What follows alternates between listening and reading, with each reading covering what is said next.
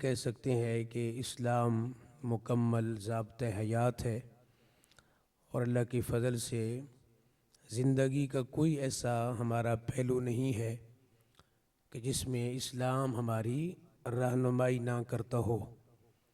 اور پھر بالخصوص جب نظام کی بات آتی ہے تو یہ پھر اور ضروری ہو جاتا ہے کہ نظام اسلامی ہوگا تو آگے پھر سارے معاملات بھی انشاءاللہ اسلام کے حوالے سے ہی ہوں گے۔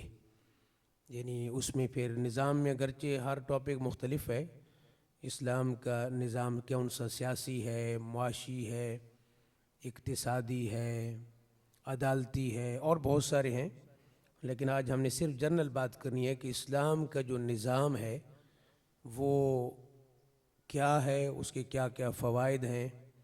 اور انشاءاللہ پھر آپ دیکھیں گے کہ یہ جو ہم کہتے ہیں اسلام مکمل ضابطۂ حیات ہے، تو بعض لوگوں کو اس پر بھی اعتراض ہے کہ یہ اسلام مکمل ضابطۂ حیات ہے، یہ جملہ جو ہے یہ بہت بعد نے 13ویں صدی میں بات کرتے ہیں، 14ویں صدی میں، تو یہ بالکل ہی غلط ہے، شروع سے موجود ہے۔ جملہ کہنے کا چونکہ اردو کے اندر یہ جملہ تھا تو وہ تو ہر زبان میں یا بعد میں معاملات ایسے ہوتے ہیں، لیکن ہم یہ دیکھیں گے کہ جو جملہ ہے یہ شرعی طور پہ درست ہے یا نہیں۔ تو بھئی اسلام مکمل ضابطۂ حیات ہے، اس کا مطلب یہ ہے کہ زندگی گزارنے کے جتنی بھی ضابطے ہیں، اصول ہیں، قواعد ہیں، وہ اسلام نے ہمیں عطا فرمائے ہیں، تو وہ قرآن میں بھی موجود ہیں، حدیث کے اندر بھی موجود ہے۔ ہم نے اس بات کو دیکھنا ہے نا، تو ہم اس کو آج دیکھیں گے انشاءاللہ کہ انسان جو ہے وہ بندگی سے لے کے حکومت تک، اخلاق سے لے کے معیشت تک، عبادت سے لے کے سیاست تک، اسلام ہر جگہ آپ کی رہنمائی کرتا ہے۔ تو جب ہر جگہ رہنمائی کر رہا ہے، ایک فرد سے لے کے اجتماعی طور پر مکمل حکومت تک، نظام تک، تو اسی کو ضابطۂ حیات کہا جاتا ہے۔ لہذا ایک تو یہ پہلی بات ذرا کنفرم کر لیں، یعنی تھوڑا سا ہمیں ہونا چاہیے کہ ایسا نہیں کہ کسی نے ویسے یہ بات کر دی ہے، بلکہ قرآن و حدیث سے یہ بات ثابت ہے اللہ کے فضل سے۔ پھر اسلام ہمارا صرف مسجد تک محدود نہیں ہے، صرف اسلام نماز، روزہ، حج، زکوٰۃ یہ نہیں ہے، بلکہ اسلام تو ایک نظام ہے، ایک انقلابی نظام۔ اگر صرف یہ ہوتا کہ مسجد تک آپ محدود ہیں اور اسلام مسجد میں رہنمائی کرتا ہے، لیکن بازار میں آپ کی رہنمائی نہیں کرتا، عدالت میں آپ کی رہنمائی نہیں کرتا، پارلیمنٹ میں آپ کی رہنمائی نہیں کرتا، اس کا مطلب ہے اسلام پھر مکمل ضابطۂ حیات بھی نہ ہوا اور اسلام ایک مکمل دین بھی نہ ہوا۔ اس لیے دین ہمارا مذہب نہیں ہے، اسلام مذہب نہیں ہے، بلکہ اسلام ہمارا دین ہے۔ ان الدین عند اللہ الاسلام۔ مذہب کا تعلق صرف عبادت تک ہوتا ہے، دین کا تعلق آپ کے ہر شعبے تک ہوتا ہے۔ تو یہ بھی جان بوجھ کے یہ ڈالا گیا تھا کہ مسلمانوں کو یہ کہا جائے کہ آپ کا بھی مذہب ہے جیسے دیگر مذاہب ہیں، حالانکہ قرآن نے کہیں بھی نہیں کہا کہ آپ کا جو اسلام ہے وہ مذہب ہے، بلکہ جہاں بھی قرآن نے اسلام کو جو ہے وہ متعارف کروایا تو ایز اے دین کے متعارف کرایا۔ کیا مطلب؟ کہ اسلام عبادت سے نکل کے آپ کے اخلاقیات، آپ کے معاملات، آپ کی سیاسیات، ہر جگہ کوئی بھی شعبہ ایسا نہیں ہوگا کہ جہاں اسلام آپ کی رہنمائی نہ کرتا ہو۔ تو ایک تو یہ بھی ہمیشہ پیش نظر رہے۔ اب یہ ہے کہ یہ جو ہم نظام کی بات جب کرتے ہیں تو نظام سے کیا معنی مراد ہوگا، نظام کس کو کہتے ہیں، یہ بھی سمجھنا ہمارے لیے ضروری ہے۔ یعنی اسلامی نظام، تو نظام کیا ہوتا ہے؟ تو پہلے اس کی تعریف ذرا سن لیجئے کہ نظام کیا ہے۔ ایک سسٹم، نظام یا سسٹم ایسے طریقہ کار کو کہتے ہیں کہ جس میں کسی مقصد کے حصول کے لیے مخصوص اصولوں کے تحت کام کیا جائے۔ مختلف مقاصد کے لیے آپ کو معلوم ہے مختلف قسم کے نظام کام کرتے ہیں۔ جیسے ہمارا ایک باڈی سسٹم ہے تو ایک نظام انہضام ہے جو باقاعدہ اپنا کام کر رہا ہے۔ اگر کسی کا نظام خراب ہو جائے تو اس کی طبیعت ٹھیک رہے گی، اس کی صحت لازم بات ہے خراب ہو جائے گی۔ نظام تنفس ہے، نظام حکومت ہے، نظام معیشت ہے، نظام معاشرت ہے، نظام تعلیم ہے، ہر شعبے کا ایک سسٹم ہے، ایک نظام ہے جس کے تحت وہ سسٹم، وہ شعبہ وہ چل رہا ہے اس نظام کی وجہ سے۔ تو اسلامی نظام جب بھی ہم بات کریں گے تو وہ اصول، وہ قواعد، وہ ضوابط ہوں گے کہ جن سے آپ کا وہ نظام، آپ کا وہ سسٹم چلتا ہے۔ اب وہ آگے تفصیل علیحدہ ہوگی کہ وہ معیشت کا نظام ہے یا سیاست کا ہے یا عدالت کا، جو تعلیم کا ہے، صحت کا ہے، وہ اس کی آگے تفصیلات آئیں گی۔ دوسرا سوال یہ ہوتا ہے کہ اس نظام کا پھر مقصد کیا ہے؟ ہم کہتے ہیں اسلامی نظام، تو مقصد کیا ہے؟ بھائی نظام نہ ہو، ہم بغیر نظام کے چلتے رہیں گے، دنیا ہماری زندگی رواں دواں رہے گی، کیا یہ نظام ضروری ہے؟ کیا کوئی ایسا سسٹم کا ہونا لازم ہے؟ ورنہ سسٹم نہ ہو تو اس کی کیا نقصان ہوگے، اس کے فوائد کیا ہیں؟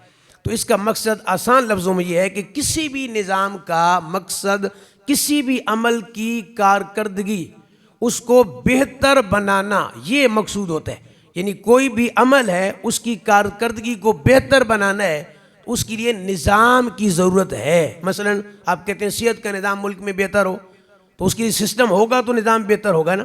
آپ کہتے ہیں تعلیم بہتر ہو تو سسٹم ہوگا تو تعلیم بہتر ہوگی، نظام ہوگا تو تعلیم بہتر ہوگی۔ آپ کہتے ہیں ظلم نہ ہو، جبر نہ ہو، کسی کے ساتھ زیادتی نہ ہو معاشرے میں، تو یہ اس زیادتی کو، اس ظلم کو، بربریت کو، جبر کو روکنے کے لیے کیا ہوگا؟ نظام ہوگا، سسٹم ہوگا۔ اس کو کہا جاتا ہے اسلامی نظام۔ علمی بات پر بھی سبحان اللہ کہی جا سکتی ہے۔ حضور کے فضائل پہ تو اللہ کا شکر ہے، وہ تو ہم نے کہنا ہی کہنا ہے۔ جب تک ہمارے جسم میں سانسیں ہیں ہم نے مصطفیٰ کا نام لینا اللہ کے فضل سے۔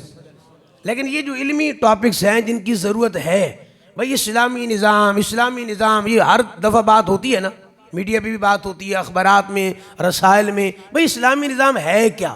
اس کی ضرورت کیوں ہے؟ اب آپ سنیے ذرا کہ آپ کہتے ہیں بھئی یہ کیوں لازم کیوں ہے؟ نہ ہو کوئی بات نہیں، تو بھئی جب معاشرے میں انسان رہتے ہیں تو آپس میں معاملات کرتے ہیں نا، کوئی لین دین کا معاملہ کر رہا ہے، کوئی آپس میں رشتہ کر رہا ہے، کوئی کہیں بیٹھ کے گپ شپ کر رہا ہے، کوئی راستے سے گزر رہا ہے، کوئی جناب تجارت کر رہا ہے، کوئی کاروبار کر رہا ہے، یہ جو آپس میں ایک انٹریکشن ہے، تو اگر نظام نہ ہو تو آپ کا معاشرہ کبھی بھی نہیں چل سکتا، کیونکہ بھئی کہیں زیادتی ہو جائے گی، کہیں ظلم ہو جائے گا، کوئی کسی کا حق چھین لے گا۔ تو نظام ہوگا تو وہ اس غلط کام کو روکے گا، یعنی وہ کسی کے ساتھ زیادتی نہیں ہونے دے گا۔ اور یہ پاسیبل ہی نہیں ہے کہ آپ کہیں میں معاشرے میں رہوں گا کسی سے کوئی تعلق نہیں رکھوں گا، ایسا تو ہو نہیں سکتا۔ آپ معاشرے میں رہتے ہیں، آپ لازم بات ہے ملیں گے، ملاقات کریں گے، کوئی لین دین ہوگا، کوئی معاملہ ہوگا، تو اس کے لیے آپ اسلامی نظام کی ضرورت ہے کہ کوئی ایسا سسٹم ہو، کوئی ایسا نظام ہو کہ جو لوگوں کو آپس میں ایک حد تک آپس میں جو تعلقات ہیں اس کی کوئی لیمیٹیشن ہو، کوئی حد بندی ہو، عزت کے معاملات ہیں، مال کے معاملات ہیں، دیگر بہت سارے معاملات ہیں۔ تو اگر نظام نہ ہو تو کوئی کسی کی عزت پہ حملہ کر رہا ہوگا، کوئی کسی کا مال چھین رہا ہوگا، کوئی کسی کا حق غصب کر رہا ہوگا۔ اب نظام کیا کرتا ہے کہ وہ حد بندی کرتا ہے کہ بھئی آپ کی یہ حد ہے، اس سے آگے آپ نہیں جا سکتے۔ نظام نہیں ہوگا تو پھر ہر بندہ اپنی مرضی کے مطابق چلے گا۔ تو سب سے پہلے یہ تین باتیں جو میں نے آپ کے سامنے عرض کی ہیں، یہ انتہائی ضروری ہیں کہ اسلامی نظام کو ذرا سمجھے، اور اسلامی نظام ہے کیا، اس کا ماخذ کیا ہے، آپ یہ بھی سن لیجئے۔ بعض لوگوں نے یہ بھی کہا کہ ابھی چند دن پہلے کی بھی بات ہے، وہ کہتے ہیں جی یہ جو اسلامی نظام کی بات کی جاتی ہے یا اسلامی حکومت کی بات کی جاتی ہے، اس کا سرے سے کہتے ہیں کوئی کانسیپٹ ہی نہیں ہے، بس اسلام عبادت کی بات کرتے ہیں، وہی مذہب کی جو بات ہے کہ بس صرف عبادت کرو، باقی حکومت کی اسلام بات سرے سے کرتا ہی نہیں ہے، اور دیگر معاملات کی بھی اسلام بات نہیں کرتا، وہ اس نے لوگوں پہ چھوڑ دیا ہے۔ ایسا کبھی بھی نہیں ہو سکتا۔ ایک موبائل ہمارے جو نوجوان بیٹھے ہیں، آپ مارکیٹ سے خریدتے ہیں، کوئی بھی شے آپ مارکیٹ سے خریدتے ہیں، آپ کو ساتھ ایک کاپی ملتی ہے نا چھوٹی سی، اس پہ انسٹرکشن لکھی ہوتی ہے نا، مینول، اس کو کیا کہتے ہیں آپ؟ تو وہ کیوں ہوتا ہے کہ چونکہ جس نے بنایا اس کو پتہ ہے کہ میں نے اس کو کس انداز سے بنایا، یہ کیسے ورک کرے گا، کیسے کام کرے گا، اگر کوئی خرابی آ جائے تو پھر کیا کرنا ہے۔ تو کیا جو انسان اتنی بڑی چیز، بہت بڑی، یہ دیگر چیزوں کی تو کوئی حیثیت ہی نہیں ہے انسان کے سامنے، تو کیا انسان کو اللہ نے بنا کے اس کو ویسے ہی چھوڑ دیا ہے؟ کیا اس کے لیے کوئی حد بندیاں نہیں ہیں؟ کیا اس کے لیے کوئی انسٹرکشن نہیں ہے؟ نہیں، اس کے لیے ہیں، اس کی حد بندیاں ہیں۔ تو اسلامی نظام کا ماخذ کیا ہے؟ ماخذ کا مطلب یہ ہے کہ اسلامی نظام کو اخذ کہاں سے کیا گیا، کیا یہ ثابت ہے؟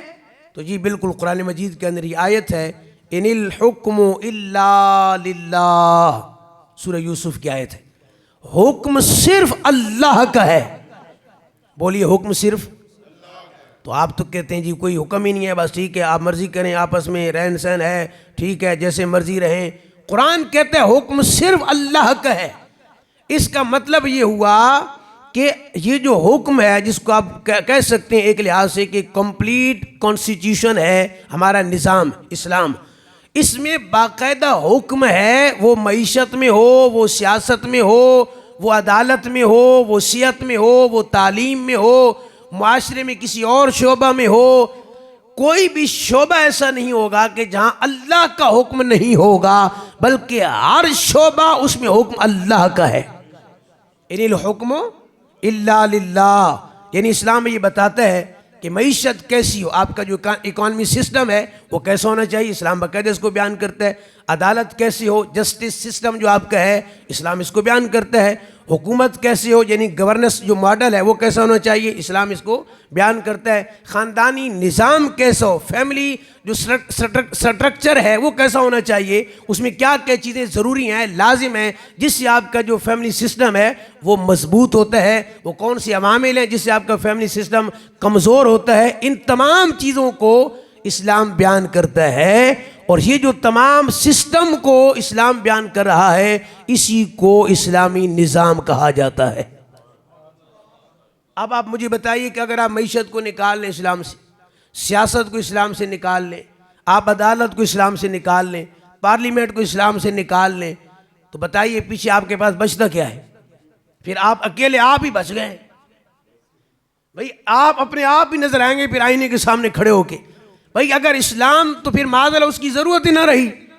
تو اگر اسلام ہر جگہ قانون فراہم کر رہا ہے تو اس کا مطلب یہ ہوا کہ اسلامی نظام ہر شعبے کے اندر وہ جاری ہوگا, تو پھر معاشرے میں امن بھی آئے گا اور معاشرے کے اندر سکون بھی آئے گا. اگر کوئی اس کے اپوزٹ پڑھنا چاہتا ہے کہ مثلا نظام نہ ہو, حکم اللہ کا نافذ نہ ہو, تو وہ آیت پڑھ سکتا ہے سورہ المائدہ کی آیت نمبر 44, وَمَن لَّمْ يَحْكُم بِمَا أَنزَلَ اللَّهُ فَأُولَٰئِكَ هُمُ الْكَافِرُونَ. یہ آیت وہ واضح آیت ہے کہ جس نے بھی فیصلہ کرنا ہے, قرآن کہتا ہے رب کے دیے ہوئے قانون کے مطابق فیصلہ کرنا ہے. جس نے بھی اس قرآن میں جو قانون تھا یا قانون ہے اس کے مطابق وہ فیصلہ نہیں کر رہا جو اللہ نے نازل کیا ہے, فَأُولَٰئِكَ هُمُ الْكَافِرُونَ. قرآن ان کو کافر بتا رہا ہے. آپ کہتے ہیں ضرورت ہی نہیں ہے حکم کی, آپ کہتے ہیں کہ جس نے بس قانون بنا دیا وہ بنا دے گا. ایک ہمارا کوئی ہوگا, مطلب آپ اس کو کوئی بھی نام دے سکتے ہیں, نہیں ایسا نہیں ہے. اسلامی نظام ہے تو اب حکم, قانون اور جتنی بھی چیزیں ہیں وہ اسلام ہی کی نافذ ہوں گی. تو لہذا یہ بہت سارے سوالات تھے, ویسے تفصیلی ٹاپک ہے بہت زیادہ, اس کے اندر اور بہت ساری باتیں ہو سکتی ہیں. اسلامی نظام کی جو بنیاد ہے وہ کیا ہے, تو عدل اس کی بنیاد ہے اسلامی نظام کی. اس کے پیچھے مین چیز کیا ہے, عدل. ہمارے ہاں چونکہ عدل انصاف اب ختم ہو گئے. اچھا جس کے ساتھ ظلم ہوتا ہے نا اس کو آپ دیکھیں گے کہ فوراً اسلام یاد آئے گا, اور جو ظالم ہے وہ کہتے نہیں اسلام کو نافذ نہیں کرنا, اسلام کا نظام وہ کہتے سرے سے ہے ہی نہیں. کیوں؟ اگر وہ کہے گا ہے تو آپ کہیں گے اسلام کو, نظام کو لے کے آؤ. اب نظام کو لے کے آتے ہیں تو سب سے پہلے ہاتھ اسلام ظالم کا ہی روکے گا نا. یعنی اسلام مظلوم کا ساتھ دیتا ہے, ظالم کا ہاتھ روکتا ہے. اسلام امن لاتا ہے, بربریت کو ختم کرتا ہے. تو جو ظالم لوگ ہیں, جو دوسروں کے حق پہ قبضہ کرنے والے ہیں, ان کا کاروبار ہی یہی ہے. وہ کہتے ہیں اور کاروبار کرنے کی ضرورت نہیں ہے. جو کمزور لوگ ہیں ان کے حقوق غصب کرو. اسلام کہتا ہے کہ نہیں, میں کمزوروں کے ساتھ ہوں, ظالم کا ہاتھ روکنے والا ہوں.